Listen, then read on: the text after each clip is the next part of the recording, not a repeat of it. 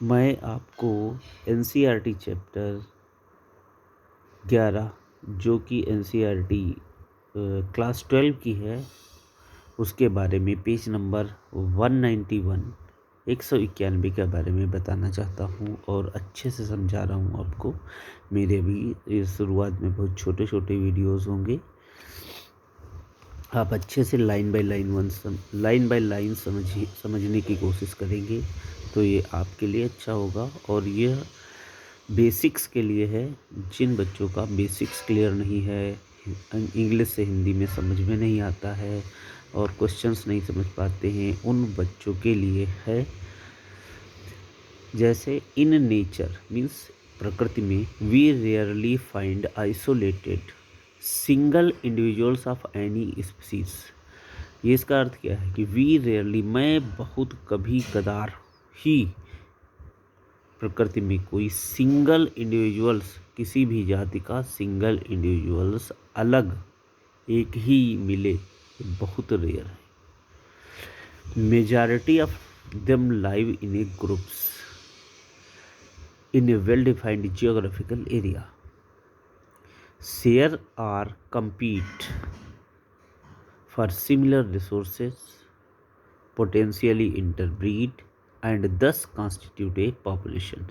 ये पॉपुलेशन की एक तरीके से परिभाषा को बताया है इन्होंने कि जितने भी लिविंग ऑर्गेनिजम्स हैं, ऊपर बता दिया है कि आइसोलेटेड नहीं पाए जाते हैं, single individuals of any species isolated नहीं पाई जाती है। इनमें से मेजॉरिटी ऑफ देम क्या लिव इन ग्रुप्स, मतलब वो ग्रुप्स में रहते हैं और वेल डिफाइंड जियोग्राफिकल एरिया में रहते हैं। जैसे कोई हिली एरियाज़ में रहता है, कोई मैदानी एरियाज़ में रहता है। और क्या लिखा है, शेयर आर कम्पीट, या तो वो आपस में रिसोर्सेज को शेयर करते हैं या रिसोर्सेज के लिए कंपटीशन करते हैं कि कौन पाएगा। जैसे एक भाई गेहूँ या धान या कुछ भी होता है, रहने वाली जनसंख्या या तो मिल बांट के खा लेती है या तो उसके लिए compete करते हैं। जैसे एक जंगल में रहने वाला शेर और जंगल में रहने वाली भेड़िया क्या करते हैं, छोटे छोटे जानवरों को खाने के लिए आपस में कंपटीशन करते हैं।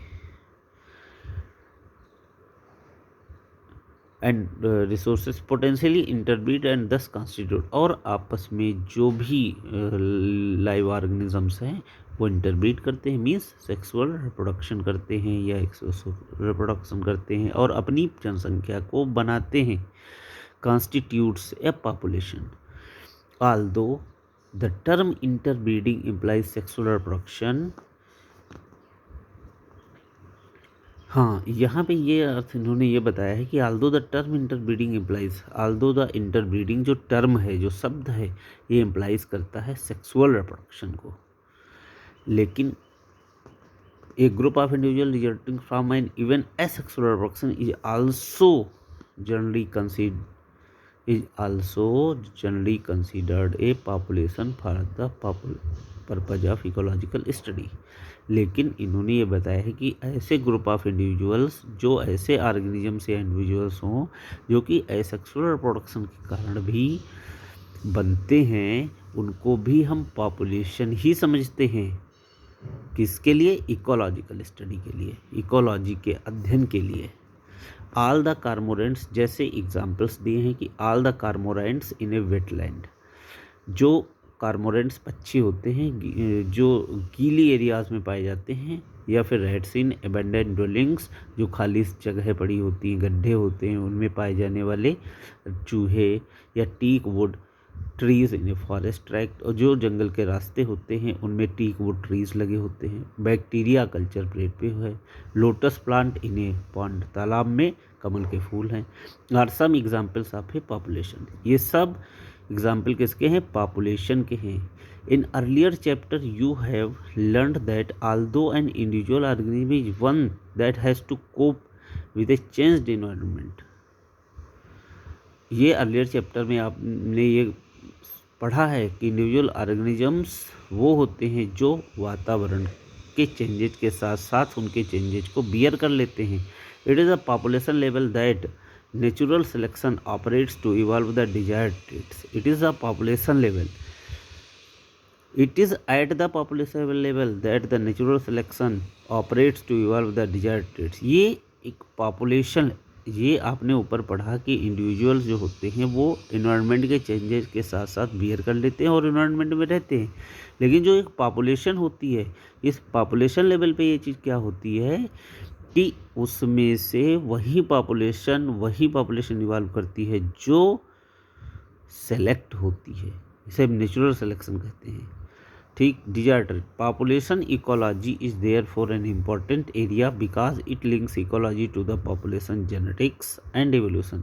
इसीलिए कहा जाता है कि पॉपुलेशन इकोलॉजी, इसलिए पॉपुलेशन इकोलॉजी एक इम्पॉर्टेंट एरिया है जो कि इकोलॉजी को पॉपुलेशन जेनेटिक्स और एवोल्यूशन के साथ लिंक करती है। इकोलॉजी माने हम लोग जहाँ पे रह रहे हैं, हमारे बीच में संबंध, और इन्वायरमेंट के प्रति क्या इनका संबंध है, उसको हम उसके अंतर्गत जो स्टडी करते हैं वो इकोलॉजी है। पॉपुलेशन की जेनेटिक्स के अनुसार उनका विकास कैसे हो रहा है, ठीक, इन सब को लिंक करता है पॉपुलेशन इकोलॉजी। ये वीडियो यहीं तक के लिए है, आगे का हम अगले वीडियो में बनाएंगे। Thank you.